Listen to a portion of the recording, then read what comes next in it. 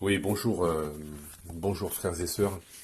Euh, J'espère que vous allez bien, que le Seigneur mette sa main et son regard sur vous et qu'il vous bénisse, qu'il se révèle davantage chaque jour à vous et qu'il vous remplisse toujours davantage de la plénitude de son Saint-Esprit avec puissance, dans le nom de Jésus. Je prie également que vous soyez toujours, et ça c'est un des gros problèmes actuellement, c'est qu'il y a très très peu de frères très peu de frères et sœurs qui malheureusement dans l'Église ont cette soif, cet appétit, cet amour de la vérité pour être sauvés et guéris sur tous les plans de notre esprit, de notre âme et de notre corps. C'est un vrai souci. Et malheureusement, beaucoup sont bien plus amoureux de la titrologie, ce que j'appelle la titrologie et la postologie, c'est-à-dire la recherche des titres et des postes au sein des assemblées, au sein des dénominations, plutôt que de chercher la vérité, ce qui a pour conséquence, bien entendu, que quand la vérité n'est plus prêchée à un endroit, eh bien on reste, parce que voilà, on aime la gloire qui vient des hommes, on aime le poste que l'on a, on aime le titre que l'on a à l'intérieur, et on bouge pas, on reste là. Et on part simplement le jour où, en fin de compte, notre renommée, notre position s'en va. Ce jour-là, bizarrement, on trouve que l'endroit d'où on part ne prêchait pas la vérité. Enfin bon, je l'ai trop vu, je le vois trop, et c'est un vrai problème. Euh, les frères et sœurs qui aiment vraiment la vérité restent rarement dans un endroit. Ils restent rarement dans une dénomination où comment on appelle ça, donc les pseudo-réformes, les pseudo-assemblées de la vérité, ces pseudo-assemblées de réveillés où en fin de compte on fait croire qu'on n'est pas un système alors qu'on en est un, mais déguisé. Enfin bon, c'est très très très problématique. Actuellement là, il faut vraiment sortir. Quand on aime la vérité, on doit sortir de tous les systèmes. On doit sortir, partager la parole avec quelques frères et sœurs localement, dans son coin, mais et fuir les systèmes, prendre les gens à son cou. C'est plus l'heure de courir après les titres et puis les postes au sein des assemblées. Euh, je viens ce matin parce que je reçois de plus en plus des choses là qui me travaillent dans mon esprit là, qui me travaillent beaucoup et eu égard à la situation du monde actuellement en France mais aussi ailleurs. Euh, le Seigneur me montre actuellement qu'il y a une recherche de plus en plus effrénée d'un homme, la recherche d'un homme qui va apporter la solution à nos problèmes, qui va apporter la solution à comment dire, nos problèmes économiques, bien sûr, ça serait trop beau, pas à la recherche pas à la résolution de nos problèmes spirituels, non, mais nos problèmes terrestres. Et c'est bien ça le problème. Il y a beaucoup de gens actuellement qui recherchent. Le peuple est mûr pour ça. Il y a une telle pression actuellement. Et il y a tellement de problèmes avec l'histoire des retraites, l'histoire de la délinquance qui est en train de monter, y compris quand on tient compte des problèmes géopolitiques. Enfin, il y a beaucoup, beaucoup de problèmes à travers le monde. Si à ça, en plus, on rajoute les problèmes météo qui sont en train vraiment de se déchaîner à fond. Euh, il y a d'ailleurs un sondage qui est paru il n'y a pas très très longtemps où on dit comme ça qu'actuellement, il y a, notamment chez les jeunes, il y a la recherche, on cherche, on veut, on souhaite à la tête de l'État, on souhaite, enfin, c'est ce qu'ils pensent, bien sûr. Ils ne sont pas éclairés, donc c'est ce qu'ils déclarent de leur bouche. Ils recherchent un homme-providence, un homme fort, voilà. En gros, ça veut dire une dictature, quoi, pour simplifier les choses. Ou bien je vais employer le terme qui est très actuel actuellement dans les médias, ce qu'on appelle la démocrature, c'est-à-dire une pseudo-démocratie, mais qui est de plus en plus autoritaire. Actuellement, le peuple là recherche de plus en plus ça. Et là, on voit bien entendu pour tous ceux qui sont éclairés et qui connaissent l'Apocalypse, qui ont étudié ce texte, qui en ont reçu la révélation, l'enseignement. Il y a actuellement la prochaine étape prophétique, tout le monde le sait, enfin tous les chrétiens éclairés le savent, c'est l'enlèvement de l'épouse. Et avant l'enlèvement de l'épouse, il y a une chose qui doit se produire, c'est que les chrétiens vont voir se révéler, pas entrer en action, mais voir se révéler, vont recevoir la révélation comme quoi il y a l'homme impie est déjà sur terre, il est déjà là, pour bientôt exercer son macabre ministère Et pour qu'il soit en pleine action, bien entendu, hein, vous connaissez la parole, pour qu'il soit en pleine action, pour qu'il n'y ait plus aucun frein à son action diabolique sur la terre, pour qu'il n'y ait plus aucun frein à l'extermination des chrétiens, à la persécution du peuple juif, il faut qu'il y ait quelque chose qui soit parti, ce qui doit partir en fin de compte pour que cet homme soit manifesté, pour qu'il soit en opération, il faut que le sel quitte la terre. Le sel quitte la terre. Il faut que la lumière du monde quitte la terre. Et bien entendu, on sait très bien que c'est l'épouse. L'épouse qui, pour l'instant, par sa présence, quand je parle de l'épouse, je précise mes propos. Je ne parle pas de l'Église visible. Je ne parle pas de l'ensemble des gens qui se disent chrétiens, c'est-à-dire probablement des milliards sur Terre. Des millions et des millions en tout cas. Bon, je ne connais pas le chiffre précis, mais en tout cas c'est un nombre relativement énorme. C'est pas ça. L'épouse, c'est l'assemblée de Christ, de tous ceux qui sont nés de nouveau et qui sont ses disciples. Qui sont ses disciples et qui marchent dans la sanctification, qui ont été baptisés d'eau et d'esprit, qui sont nés de nouveau, qui marchent par l'esprit, qui suivent Jésus comme disciples. Il y aura quantité de gens, bien entendu, qui seront sauvés, mais qui ne font pas partie de l'épouse. Je pense notamment à des gens qui peuvent être catholiques, protestants, depuis tout le temps, et qui n'ont compris n'ont saisi dans leur part d'héritage, n'ont saisi que le salut, c'est déjà énorme. Voilà, donc ils sont sauvés, ils savent que Jésus est mort pour eux sur la croix, ils savent que Jésus a pris leur péché sur la croix et qu'il a payé pour eux, ils le savent. Donc ils ont cette part de l'héritage, ils seront sauvés, mais ils ne feront pas pour autant qu'ils feront partie de l'épouse. Et donc, ce qui fait que la prochaine étape, là, avant que l'Église parte, c'est la révélation de l'homme impie. La révélation de l'antéchrist, ou antichrist, avant, hein, qui vient avant Christ, et antichrist contre Christ. Et il va se manifester, pour ma part, et c'est pour ça d'ailleurs que je fais le message ce matin, pour ma part, je ne suis pas le seul à le penser, pour ma part, j'ai de plus en plus la conviction, c'est quelque chose qui me travaille beaucoup depuis un certain temps, que l'antichrist est déjà là, qu'il est déjà là, qu'il est probablement un jeune homme et qu'il est majeur, qu'il est en tout cas en âge maintenant d'être un jeune adulte. Donc ce qui fait que ça, c'est ce que moi personnellement je ressens. J'aimerais que d'autres personnes me disent s'ils ont reçu la même chose ou pas.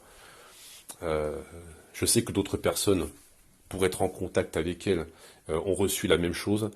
Ça me travaille beaucoup parce qu'en fin de compte, c'est à la fois, comment dire, c'est terrible et en même temps c'est extrêmement exaltant. Extrêmement exaltant. Terrible parce que ça veut dire que là, effectivement, le monde va pas tarder à vivre un chaos absolument pas possible. Mais c'est en même temps exaltant parce que ça veut dire que beaucoup de chrétiens qui font partie actuellement de l'épouse ont beaucoup de chances de partir à l'enlèvement de l'épouse sans passer par la mort. Et ça, c'est quelque chose de très exaltant. Et si effectivement l'antéchrist est présent sur Terre à l'âge jeune adulte, on va dire qu'il y a peut-être, quand on fait les calculs, comme ça, bien entendu, je précise bien que la parole le dit, que personne ne connaît l'heure, personne ne connaît le jour, on est bien d'accord. Je ne suis pas en train de donner une date, hein. C'est pas ce que je fais, je suis pas en train de donner une date. Je dis simplement que il est très probable que ce soit très bientôt, au vu des éléments que je vois et au vu de ce que je reçois. Voilà, c'est ce que je précise bien les choses, il faut que les choses soient bien claires. Et donc là, il est en train de grandir. Il se trouve que si effectivement, comme je le reçois, il est jeune majeur. Bon, en général, un homme politique, un homme de pouvoir prend le pouvoir en gros, on va dire à la quarantaine, 40, 50.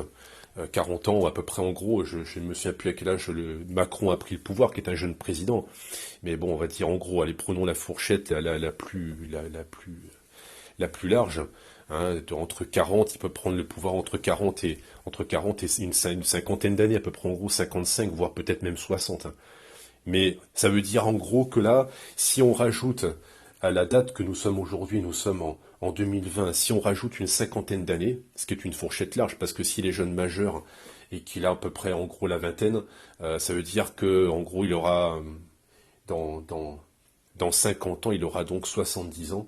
Nous sommes en 2020, donc en 2070. Euh, je pense que l'enlèvement risque effectivement d'intervenir pendant ces années. Entre maintenant et 2070, c'est ce que je reçois. Bien entendu, je ne demande à personne de prendre ça comme argent comptant. C'est pas ce que je fais. Je livre simplement ce que moi je reçois personnellement ces temps-ci. Voilà. Euh, donc de, il est vraiment urgent de se saisir vraiment de la vérité, d'être amoureux de la vérité, ne pas être dans un système parce que on est bien, parce qu'on a des amis qui sont là dans une église, etc. On est lié par les sentiments, etc. Mais être là uniquement pour une chose, pour l'amour de la vérité. Le Seigneur en parle. Et le Seigneur en parle beaucoup dans sa parole. Il parle beaucoup de ceux qui sont amoureux de sa vérité, qui la cherchent. Et, et il ne parle pas des gens, des carriéristes. Il ne parle pas de ça. Il ne parle pas de ceux qui cherchent un poste ou un titre. Il ne parle pas de ça. Ceux qui sont amoureux de la vérité, le Seigneur, toujours par son esprit, leur donnera la vérité, parce qu'ils la cherchent, parce qu'ils la veulent, de manière absolument obstinée, de manière absolument opiniâtre, pugnace. Ils vont chercher cette vérité tout le temps, et le Seigneur va leur révéler la vérité par son esprit. Et ces gens-là, eh bien, s'ils suivent cette voie-là, ils vont marcher plus en plus par l'esprit. Et c'est pour ça qu'actuellement, je fuis tous les... C'est pour ça d'ailleurs que j'en parle de prendre les jambes à son cou et de quitter tous les systèmes, toutes les religions. C'est hyper important parce que la religion, là, c'est le chef-d'œuvre de Satan, en fin de compte. Les religions n'ont pas été créées par Satan. Ni le pentecôtisme, ni les églises de réveil, ni les machins. Tout ça, c'est humain. Dieu n'est pas là-dedans. Dieu n'est pas là-dedans. Il est pas là-dedans. C'est pour ça qu'il faut chercher la vérité. Parce que la vérité, si on est amoureux de la vérité, le Seigneur va nous la révéler.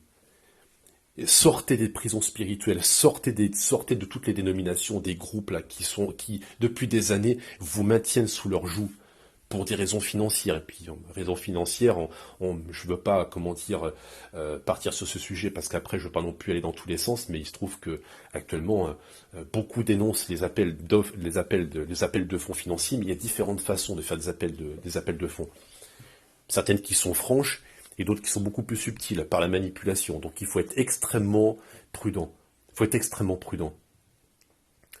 Il y a une seule boussole, en fin de compte, qui va vous servir à n'être orienté que par la vérité. C'est d'aimer la vérité. C'est d'aimer la vérité par-dessus tout. Pas les titres, pas les postes. Fuyez ça. Ça n'a aucun intérêt. Au ciel, vous n'aurez pas un groupe à mener, quoi. Au ciel, vous n'aurez pas vous recevrez pas la gloriole et comment dire, les félicitations, l'adoration de vos suiveurs. C'est pas ça. Cherchez la vérité, le Seigneur va vous la montrer. Apprenez à marcher par l'esprit. Beaucoup de groupes actuellement n'enseignent pas la croix. Non, ils ne parlent pas de la croix, ou c'est une fois de temps en temps. Or, l'enseignement de la croix est fondamental pour partir en enlèvement de l'épouse. L'enseignement de la croix est fondamental. Dans l'écrasante majorité des assemblées, on n'en parle que tous les 35 du mois. C'est extrêmement rare. C'est très rare. Et de tous les aspects de la croix, aussi bien le salut, que la délivrance des démons, que la délivrance des maladies. Et oui, la délivrance des maladies fait partie de la croix. Il n'est pas normal que des chrétiens gardent leur maladie comme ça pendant toute leur vie chrétienne. Ce n'est pas normal. Ça veut dire qu'il y a un défaut d'enseignement. Il y a un défaut d'enseignement. Bon, parenthèse faite. Ensuite, il y a cet enseignement-là qui est fondamental, l'enseignement de la croix, c'est le premier. Et enfin, le second, avant d'arriver sur d'autres enseignements, c'est de parler de la marche par l'esprit. La marche par l'esprit, ça s'apprend. Ça s'apprend et on ne l'enseigne pas. On ne l'enseigne pas. On ne l'enseigne pas. On n'enseigne pas la marche par l'esprit. Or, il y a un enseignement à donner par la marche par l'esprit. Paul en a parlé. Paul explique comment faire. Encore faut-il que des enseignants se saisissent de ce sujet. Ils sont extrêmement rares. Extrêmement rares, croyez-moi. J'ai cherché. Et ils sont extrêmement rares, ceux qui parlent de l'enseignement par l'esprit. Les enseignements se limitent à quoi la plupart du temps dans les assemblées? Voilà, je le fais en gros, c'est très schématique, mais c'est souvent le cas. On prêche pendant un quart d'heure, on donne de l'enseignement, rarement sur la croix, rarement sur la marche par l'esprit, beaucoup plus souvent sur l'Apocalypse et puis l'eschatologie. Et puis un quart d'heure, une demi-heure après, comme par hasard, ah ça y est, tout d'un coup, oh là, le prédicateur, oh là, je sens que l'esprit commence à arriver ici, puis tout d'un coup, hop, ça y est, c'est la chair, c'est comment dire, ça y est, c'est le panthémonium là qui commence à Panthémonium, ouais. C'est complètement incroyable. Et ça y est, ça tombe à droite, à gauche. Et ça y est, ça commence par les délivrances, alors qu'en fin de compte, Jésus n'a jamais agi de cette façon. C'est complètement dingue, quoi. Mais les chrétiens sont tellement, pardonnez-moi, j'allais dire bêtes. Ils sont tellement, comment dire, oh Seigneur Jésus, ils sont tellement éloignés de la vérité qu'ils acceptent ce genre de choses. Ils ne cherchent pas, ils se contentent simplement de ce qu'on leur dit, ils ne vont pas fouiller dans la parole. Ils vont pas fouiller. C'est incroyable. Donc, ce qui fait qu'on a affaire à ça, une bonne partie de l'enseignement, et puis ça y est, puis ça recommence à chaque fois, c'est pareil. Voilà. Comme si le Saint-Esprit, comme si Dieu avait besoin qu'à un moment donné, ce soit un homme orchestre qui tout d'un coup décide, hop, ça y est que tout d'un coup, là, comment dire, la manifestation de l'Esprit par les guérisons, les délivrances, etc. Enfin bon, c'est du spectacle, bien entendu. Les frères éclairés auront bien compris de quoi il s'agit, et ils le savent très bien. Donc la croix et l'enseignement de la marche par l'esprit ne sont pas enseignés, ne préparant pas les chrétiens à être fin prêts pour l'enlèvement de l'épouse. Parce que quelqu'un qui ne sait pas marcher par l'esprit, le problème qu'il y a, c'est le suivant, c'est qu'il passe son temps à pécher, à demander pardon. Je parle des chrétiens sincères. Hein. Je parle du chrétien sincère, mais qui ne sait pas marcher par l'esprit. Il passe son temps donc à pécher, à demander pardon. Pécher, demander pardon. Pécher, demander pardon. Alors bien sûr, comme le sang de Jésus est inépuisable, forcément à chaque fois, donc le sang lave le péché par la repentance. Mais c'est pas une façon de fonctionner. Et ça ne donne absolument pas gloire au Seigneur. Et le Seigneur nous a pas mis sur terre, nous a pas appelés pour que nous vivions ça. Parce que très souvent, l'enseignement sur la croix, le très faible enseignement sur la croix, c'est voilà, vous avez été pardonné de vos péchés. On n'explique pas, ou très peu, la vérité. Et qu'on a été, on est mort à la croix et qu'on a été ressuscité. On a été ressuscité saint, pur et parfait. C'est-à-dire quoi? C'est-à-dire que l'enseignement par l'esprit doit amener les chrétiens à marcher dans la perfection, dès cette terre. C'est pas de l'autre côté, c'est dès cette terre on doit apprendre à marcher dans la perfection. Et on doit y arriver. On doit y arriver. Donc c'est pas donné. Donc ce qui fait que les chrétiens, en fin de compte, la plupart ne sont pas enseignés par rapport à ça. C'est absolument dramatique. Et donc le chrétien qui est charnel, qui est encore un enfant, qui pêche, pardon, qui pêche, qui demande pardon, qui se repent, qui pêche, etc.